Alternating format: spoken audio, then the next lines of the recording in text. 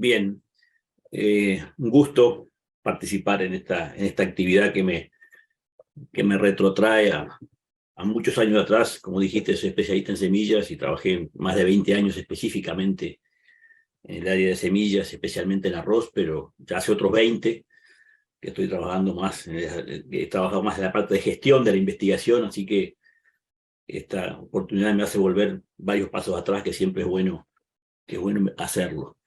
Y tratando de enfocarme en el concepto que me pidieron de la calidad física de la semilla de arroz, el foco de la charla va a ser la importancia de ese parámetro de calidad de semilla en el caso del cultivo del arroz en el Uruguay.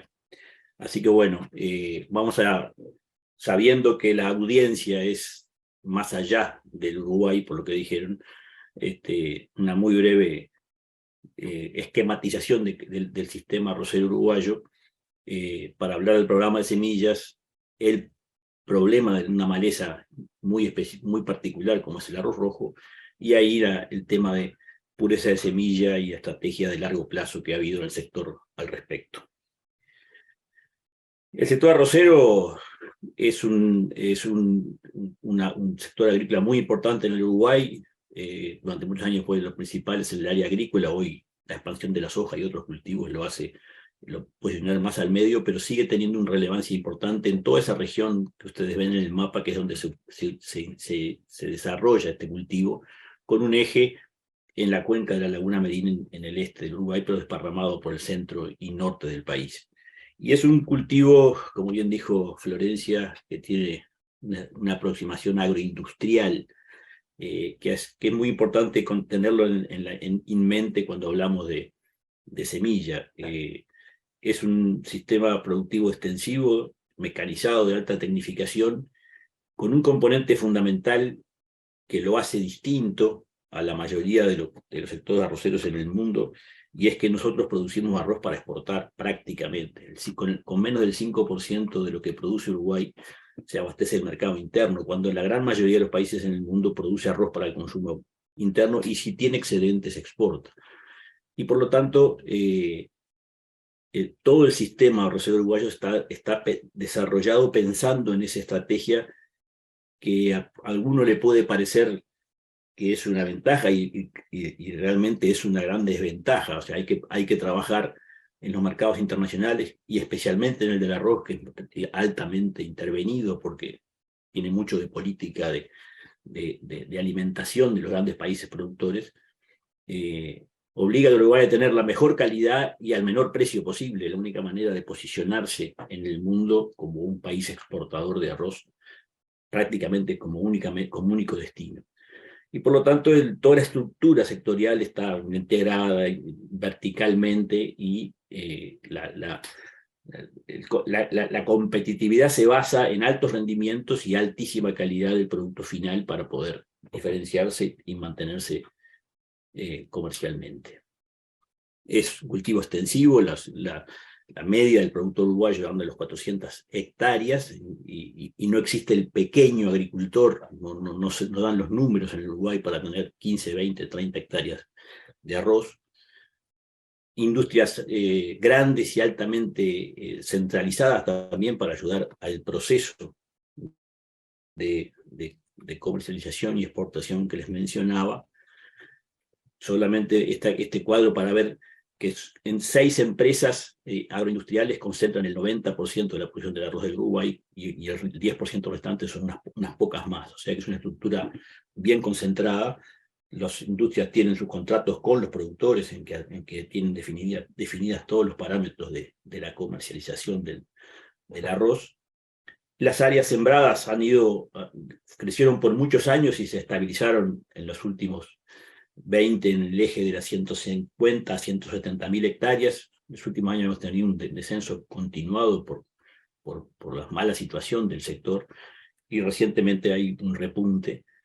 Y como les decía, el tema de rendimiento es uno de los parámetros fundamentales que el sector se apoya para mantenerse competitivo con incrementos permanentes, y en los últimos años ya superando los 9.000 kilos por hectárea, que es un nivel de rendimiento de los mejores a nivel internacional.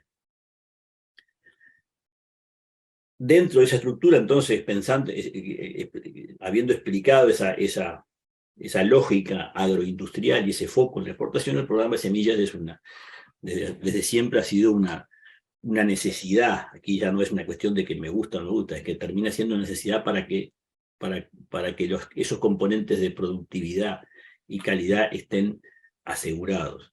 Y en el caso del arroz tenemos una particularidad que lo hace probablemente dentro de los grandes granos para el consumo humano, el que tiene más relación entre lo que es el grano o la semilla y el producto final, el que va al plato. Aquí tenemos, sacamos la gluma, la palla, y el embrión y el pericarpio, y después queda casi como venía del campo, y por lo tanto eso también hace que los aspectos de la calidad de la semilla tengan mucho que ver con el producto final y con el valor del producto final. En resumidas cuentas, hoy por hoy el sistema prácticamente funciona, a pesar de que no es obligatorio, con semillas certificadas. El contrato que tienen los productores de la industria obliga a uso de semillas certificadas también.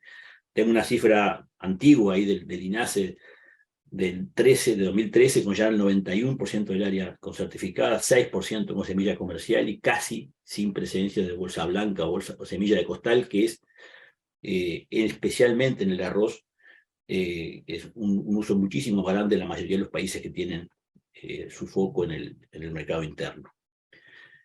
Ese proceso fue gradual, pero consistente.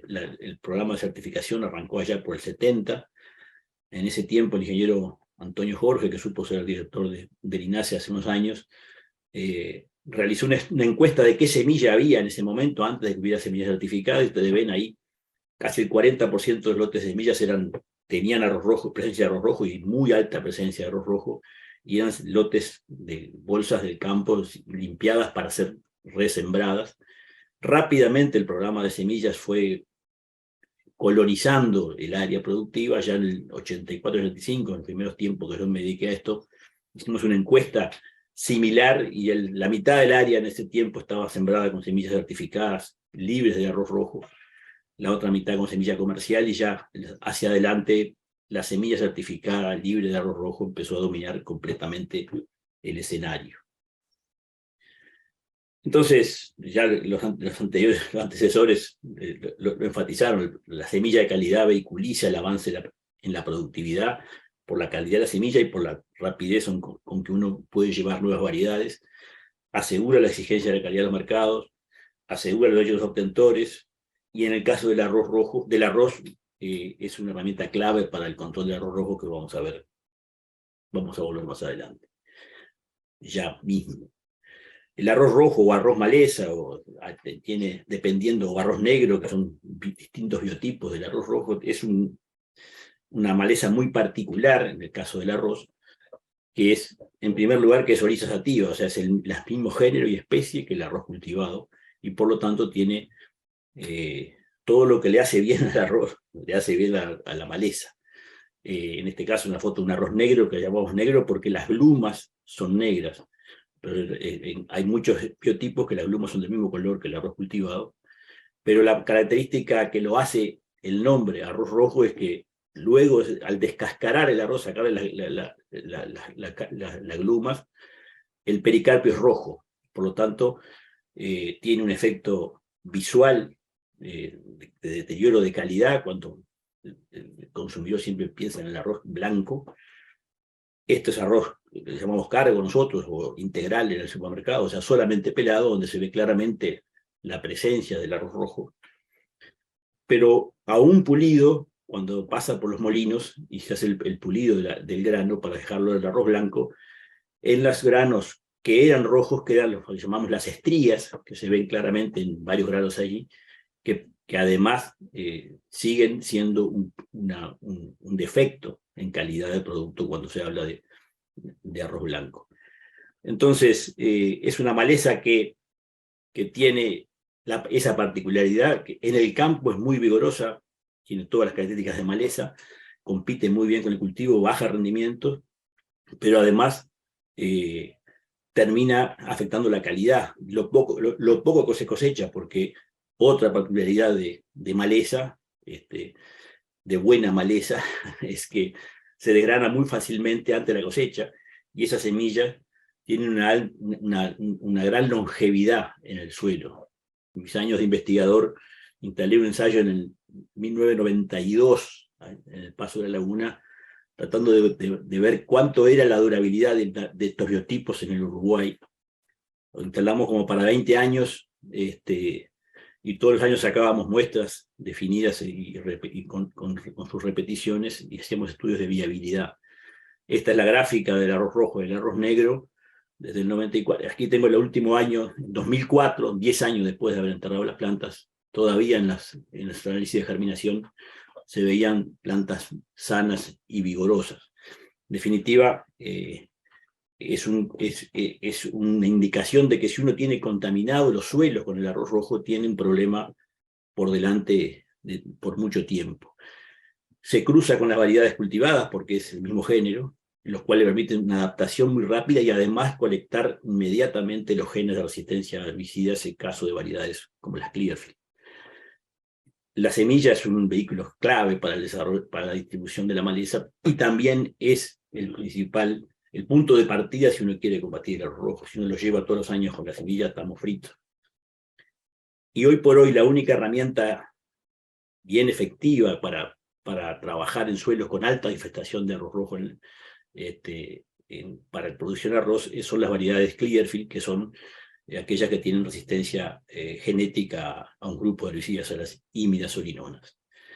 Y definitivamente, y desde hace muchos años insistimos, el mejor control del arroz rojo es no tenerlo. Y así ha funcionado la estrategia en el sectorial desde hace muchos años. Intentar mantener fuera de la agenda de problemas el arroz rojo en los suelos arroceros.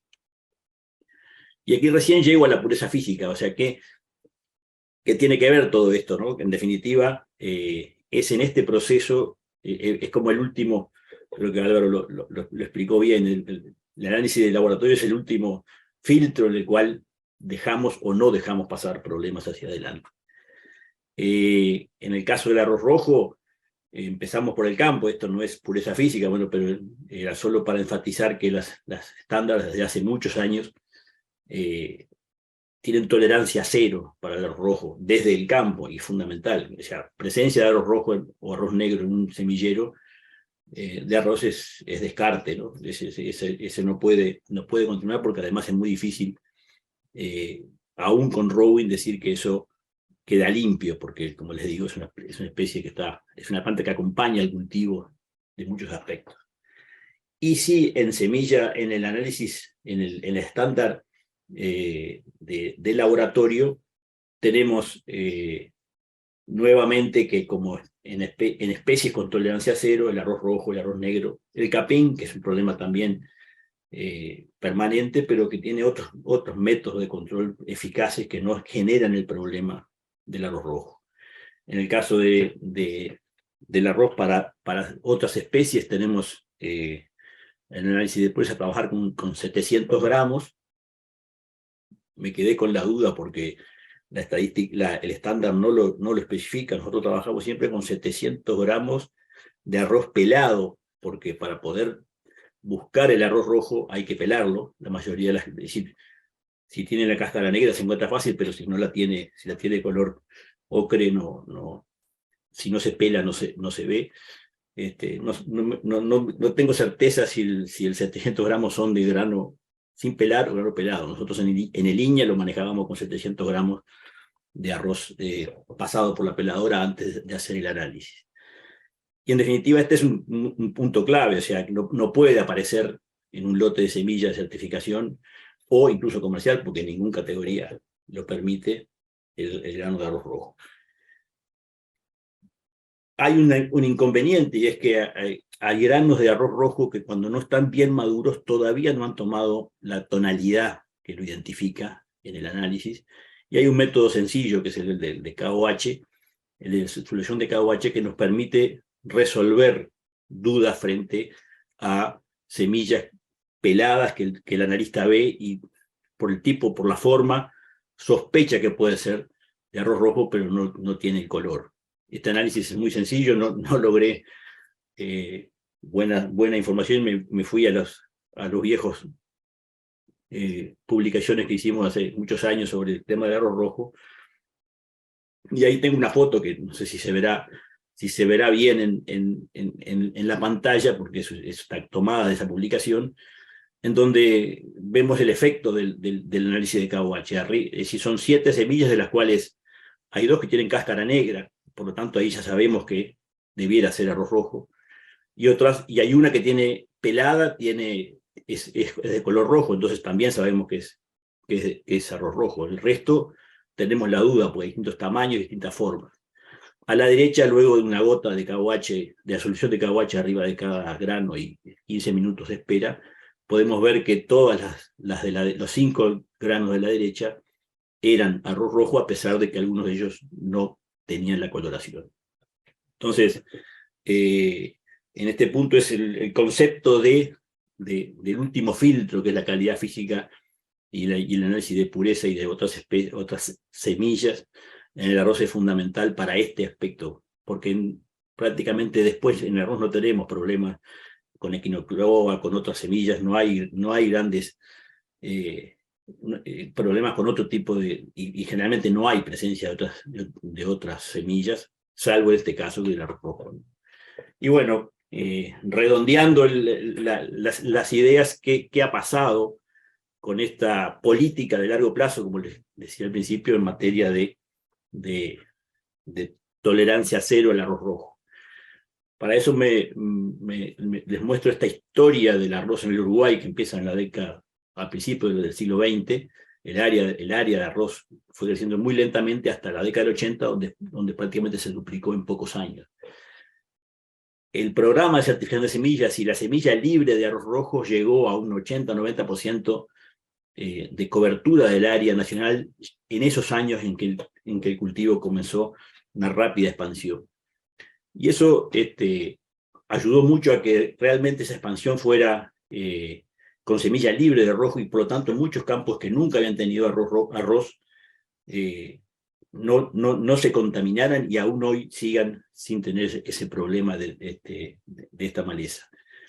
Y además, esa baja presencia del arroz rojo hace también que sea un valor de competitividad en el productor, por los menores costos que significa trabajar sin el problema de arroz rojo, que lo vamos a ver ahora al final. El uso de la variedad Clearfield en el Uruguay es un buen indicador indirecto de cómo ha sido esta evolución. ¿Qué son las variedades Clearfield? Probablemente todos lo saben, pero es variedades que tienen resistencia genética, no son transgénicos, pero son resistencia genética a un grupo de herbicidas, que son muy eficientes para este control, pero que en general significan inmediatamente mayores costos para el productor. Solo de semilla, que tiene un valor distinto que la semilla comercial, tenemos alrededor de $28 por hectárea más hoy para un productor uruguayo que necesita usar variedades Clearfield. Pero además, como les decía, el arroz rojo rápidamente adquiere resistencia si no se cuida muy bien todo el proceso, porque se cruza con el arroz cultivado y rápidamente se seleccionan los biotipos resistentes, pero el capín también rápidamente obtiene resistencia a este grupo de herbicidas, y eso hace que ya hoy en muchas zonas de uso de Clearfield haya que además de los herbicidas Clearfield, agregar otros herbicidas caros. Hoy ya estamos cerca de tener otro evento, un distinto gen de resistencia a otros herbicidas, a un graminicida que se llama Provicia, que seguro que cuando desembarque va a ser más caro por tecnologías nuevas. Y el hecho es que el productor que tiene suelos infestados de arroz rojos, luego que entra al sistema de Clearfield, entra en un camino sin retorno, en el cual, entre otras cosas, se limita la rotación, porque hay temas de residualidad de los herbicidas en el suelo, y hace muy difícil salirse de ese sistema. Hay problemas para los cultivos siguientes o las pasturas, o incluso para cambiar de variedad a una variedad convencional si han habido varios años de arroz Clearfield. Entonces, es una buena solución, es una acción efectiva, pero es una acción que trae problemas y costos. El mal uso de la tecnología ha sido demostradamente dramáticamente demostrado en muchos países, especialmente en nuestros vecinos, en Brasil, en Argentina, en Paraguay. Río Grande del Sur, que planta más de 1 millón de hectáreas de arroz, está entre el 80% del 85% del área se planta variedades Clearfield, y prácticamente en todo el estado está presente el arroz rojo resistente a las imidazolinonas. En Argentina anda en el 70%, en Paraguay no hay cifras, pero es algo similar porque rápidamente se contaminó todas las zonas arroceras que eran nuevas.